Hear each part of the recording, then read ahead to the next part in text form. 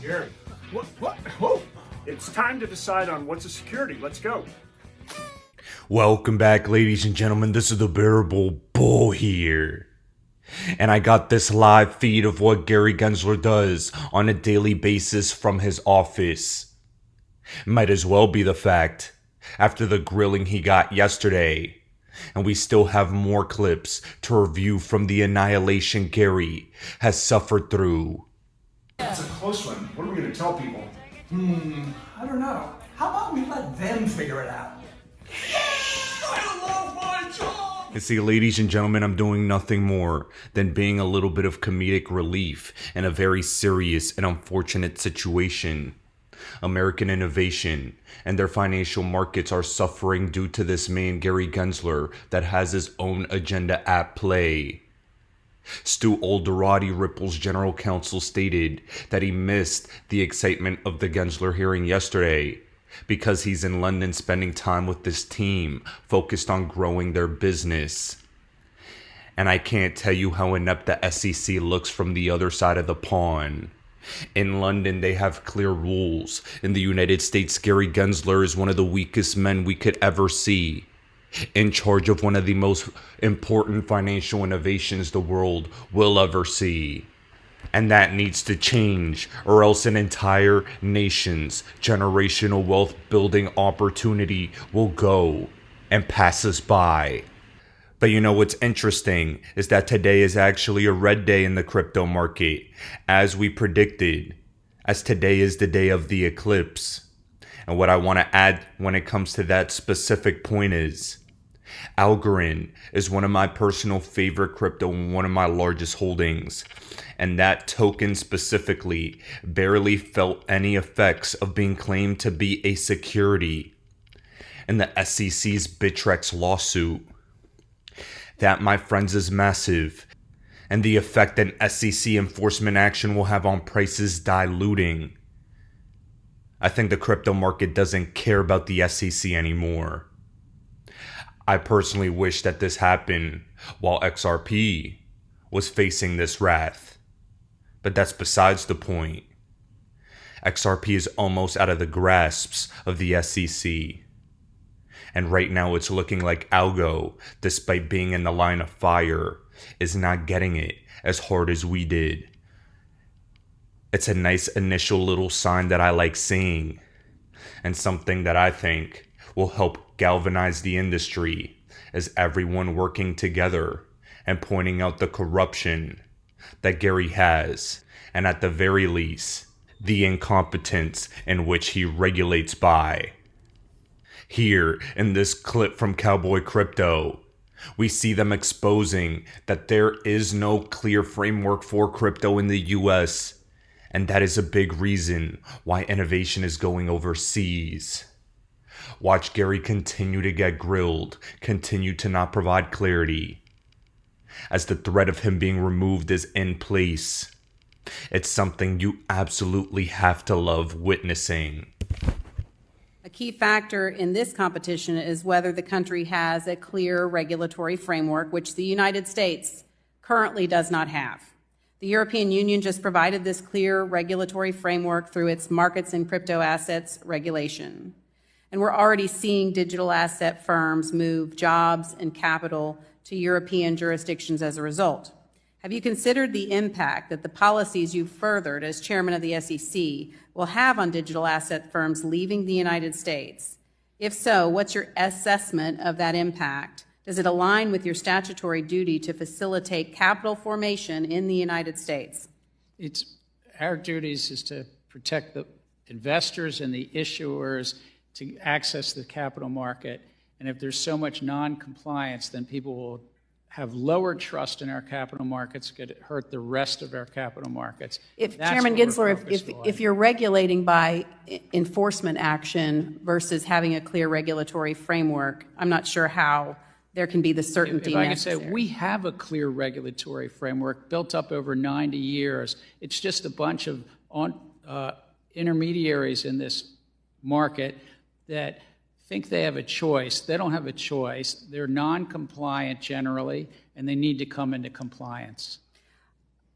Given that your own statements have vacillated, Chairman Gensler, I think it's clear that the lack of clarity on this issue hasn't done anything to help this industry thrive in the United States. There's a constant threat of regulation through enforcement by your agency, and that has driven innovators and those who want to play by the rules elsewhere.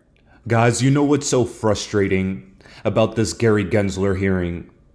The absolute most frustrating part is that when his questions aren't being pre-made and emailed to him by Elizabeth Warren, he looks like a weak, frail old man that doesn't have any answers that make logical sense. He looks like a deer in headlights, even by his body language right now that you're looking at on the screen. In the last video, he looked weak. And here, Tom Emmer completely exposes and rips into Gary Gensler. There is no way the United States should allow someone like Gary Gensler to limit the trillions upon trillions of dollars blockchain innovation could create and the hundreds of thousands, if not millions of jobs blockchain innovation could create. We're on the verge of a recession, and Gary chooses to make people's lives even harder by stifling innovation. We're on the verge of AI taking people's jobs and an industry that could make some of them.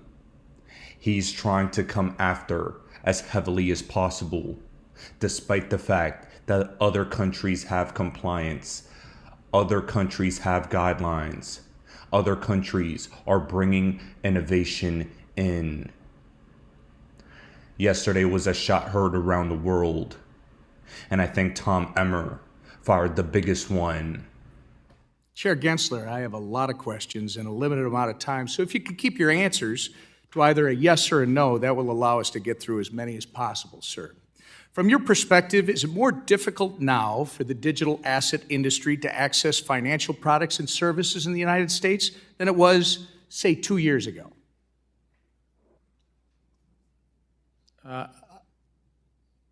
Sir, I'm not running one of those businesses. If they came into compliance, I think Reclaiming my time. The answer, sir, is yes. Do you think you and the SEC have had a role to play in that? I think we have a role to protect the American investor and the capital markets. And Reclaiming my time, sir. You have played an obvious role in that. During your tenure at the SEC, how many rules has the SEC finalized that actually accommodate the existing regulatory framework and are specifically to the digital asset industry so the crypto market can come into compliance? It's our rule books that are on the books for years, so we have not finalized any new rule specifically with regard to crypto. We've proposed some things in best execution. We've also... Sir, reclaiming my time, the answer is 0. And how many enforcement actions has the SEC levied against digital asset companies during your tenure, sir? I think it's probably 40 or 50. The answer, sir, is about 55. My understanding is that the biggest crypto failure in history is probably FTX at $9 billion. Were you the chairman of the SEC when FTX collapsed? Yes. And how many times did you meet with FTX prior to their collapse? I think my public record shows 2. You met with FTX at least twice. And arguably, the second biggest crypto failure in history was Terra Luna. Who was the chairman of the SEC when Terra Luna collapsed, sir? We had brought... You were, sir. Reclaiming my time, you were. There are 5 members on the commission. Do you believe your speeches and interviews are to serve as the official position of the SEC? I can only speak for myself when I'm speaking. Again, sir, in a statement on the SEC website, you are quoted saying, the Kraken staking as a service enforcement action should make clear to the marketplace that staking as a service providers must register. But again, you haven't provided any rules for how that can be done. I must remind you, your public statements are not regulations. It's not responsible to expect the American people to assume your statements are a substitute for rules. Do you agree with this statement regarding the digital asset industry? The SEC needs additional congressional authorities to prevent transactions, products, and platforms from falling between the regulatory cracks. I think that it's a largely non-compliant field. And we Sir, could use again, additional I asked you to resources. comply with my questions, and I'm asking you if you agree with that quote. And I'm going to tell you, I'm quoting you from an August 3rd, 2021 article where you, and I believe you told Congressman Hill earlier that you need congressional authority to regulate stablecoins, and stablecoins happen to be a significant percentage of the crypto market. So the question is, when were you telling the truth? To Mr. Hill or to me? You've got to start answering these questions in a more transparent manner, sir. Does it concern you, by the way, that your approach to the digital asset industry is actually driving this industry out of the United States? We're trying to drive it to compliance, and if they're not complying with the laws, then they shouldn't be offering their products. Reclaiming my time. investors. Madam Chair, I would like to enter into the record this Wall Street Journal article from April 14th, 2023, detailing China's ploy to open its banking system to crypto firms in an effort to seize an opportunity created by our hostile regulatory environment, which, Mr. Chair, you're a big part of. Without Look, objection. Chair Gensler, FTX was domiciled abroad and so is Binance, yet American consumers still had access to both. You can't really think that pushing this industry abroad is going to protect American consumers when it hasn't several times in the past on your watch. You say the crypto market is rife with non-compliance. However, existing SEC rules make no sense for blockchain-based companies, and following them would actually kill these businesses. Your regulatory style lacks flexibility and nuance, and as a result, you've been an incompetent cop on the beat, doing nothing to protect everyday Americans and pushing American firms into the hands of the CCP. Your intention to work against SEC mission and put American investors in harm's way has been made very apparent, sir. It's been a year and a half since you've appeared before this committee. You need to answer to Congress about the issues that you've had with the SEC staff union, the work environment you've cultivated at the SEC that's led to hemorrhaging of senior staff, the intellectual inconsistency of your regulatory treatment towards Bitcoin spot ETFs, and your politicization of capital formation opportunities Gentleman's time through your has treatment of expired. certain SPACs. And that's just to name a few. Thank you. I yield. Now, ladies and gentlemen, I don't know which grilling I liked more. The Tom Emmer one or the Warren Davidson one, where he's proposing a rule to come and remove the chair of the SEC. Oh, karma. Karma's a bitch. And Gary Gensler is about to get a good handful of it. You see, when you mess with people, when you flip-flop back and forth on positions when it's convenient for you, you get exposed. Staff at the SEC have quit on Gary Gensler's watch because of how incompetent and how hostile he's been. This is a fact. Something that I've been bringing up on my channel for the past week and a half is how the hostility the SEC has towards crypto is driving innovation to China and to Hong Kong. And Hong Kong is seizing an opportunity right now while the US is discombobulated. It looks like Russia is as well. As we're seeing the SEC chair get grilled, Blockwork is stating Russia's moving forward with crypto international settlement experiments. This is absolutely massive. Russia has banned crypto payments in the country, but is looking to use this with foreign entities. Oh, guys, if there's one thing I need to make clear, it's that right now I think the grilling of Gary Gensler is going to act as a catalyst for a short-term bullish uptrend. I think we have a couple weeks left to see a bit of price action before the storm really unfolds. Then after that, it's going to be a bumpy road. In the meantime, though, I absolutely love seeing justice get served. And I think for all of you sitting at home wondering what's going to happen next, it's very clear. We're going to see a nice little uptrend. Then it's going to be lights out until October, and a big, massive Black Swan style event comes to the world. Then after that, XRP will have a global takeover. The judge's decision is coming down very soon, and it's very possible that the judge will be agreeing with the sentiment of Congress. and the Financial Services Committee over the past couple days. And if that happens to be the case, I think all of us are going to be very happy campers. Ladies and gentlemen, this is the Bearable Bull here. Thanks for tuning in. To cap off this video for today, I want you all to witness Gary Gensler's corruption just one more time, as we all scream "fuck the SEC" at the top of our lungs. Congress is screaming "fuck Gary Gensler" right out the door. As always, guys, I appreciate every single one of you. Now I'll be back tomorrow with another video. Gary Gensler is a former partner at Goldman Sachs, worth over $100 million.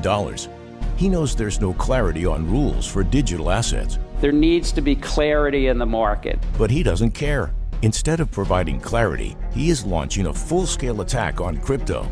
Now, in terms of the enforcement, yes, we're going to use our enforcement authorities. Gary Gensler and his SEC have decided that regulation by enforcement is here to stay. He is attacking American innovators while vilifying the investors he's supposed to protect. Incentives to avoid the anti-money laundering laws, or incentives to avoid, because Bitcoin's being used for ransomware around the globe. Fraudsters, or by good faith actors.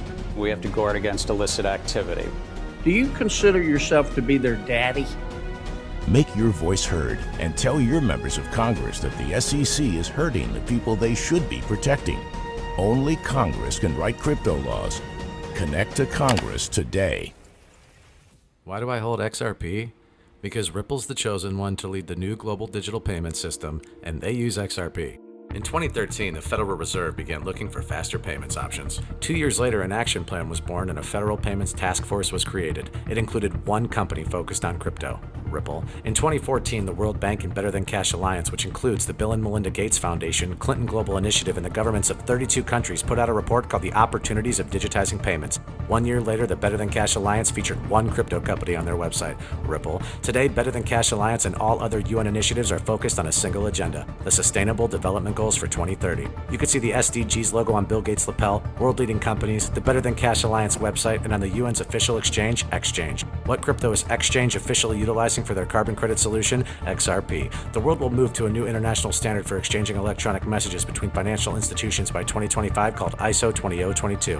Who was the first ISO 20022 member focused on distributed ledger technology? Ripple. Who's partnered with over 300 financial institutions, including Bank of America, American Express, PNC, Santander, SBI, HSBC, Standard Chartered Bank, Bank of England, India, Singapore, Scotland, Australia, and Indonesia, the largest banks in Japan, Canada, Egypt, the Middle East, United Arab Emirates, Thailand, Morocco, Bhutan, South Korea, Brazil, and Latin America? Ripple. Who is a former employee overseeing the Federal Reserve? Ripple. A former employee overseeing the world's largest asset manager, BlackRock's digital asset division? Ripple. Leading Australia's CBDC effort? Ripple. Who hired a former Treasury of the United States? Ripple. 2 former Federal Reserve attorneys to their board? Ripple. 2 former Clinton and Obama advisors? Former Minister of Defense and Economics of Germany? Former business director at Swift? Former Swift board member? Former CFO of PayPal? Former head of the DTCC? Former chief business officer at Uber? Former VP of Amazon and former SEC chair on their legal team? Ripple. Who's a member of the Digital Pound Foundation, Digital Dollar Project, Digital Euro Association, Mojaloop, IMF's High-Level Advisory Board on FinTech, Hyperledger Blockchain Consortium, Open Payments Coalition, Faster Payments Council, Global Payments Steering Group, Cross-Border Working Group, International Association for Trusted Blockchain Applications, Crypto Climate Accord, University Blockchain Initiative, World Wide Web Consortium, and a featured partner of the World Economic Forum with 3 members of their team directly listed on the WF website? Ripple. Now, does Ripple and XRP sound like they're going to disappear, or do they sound like they're part of a much bigger plan? You decide.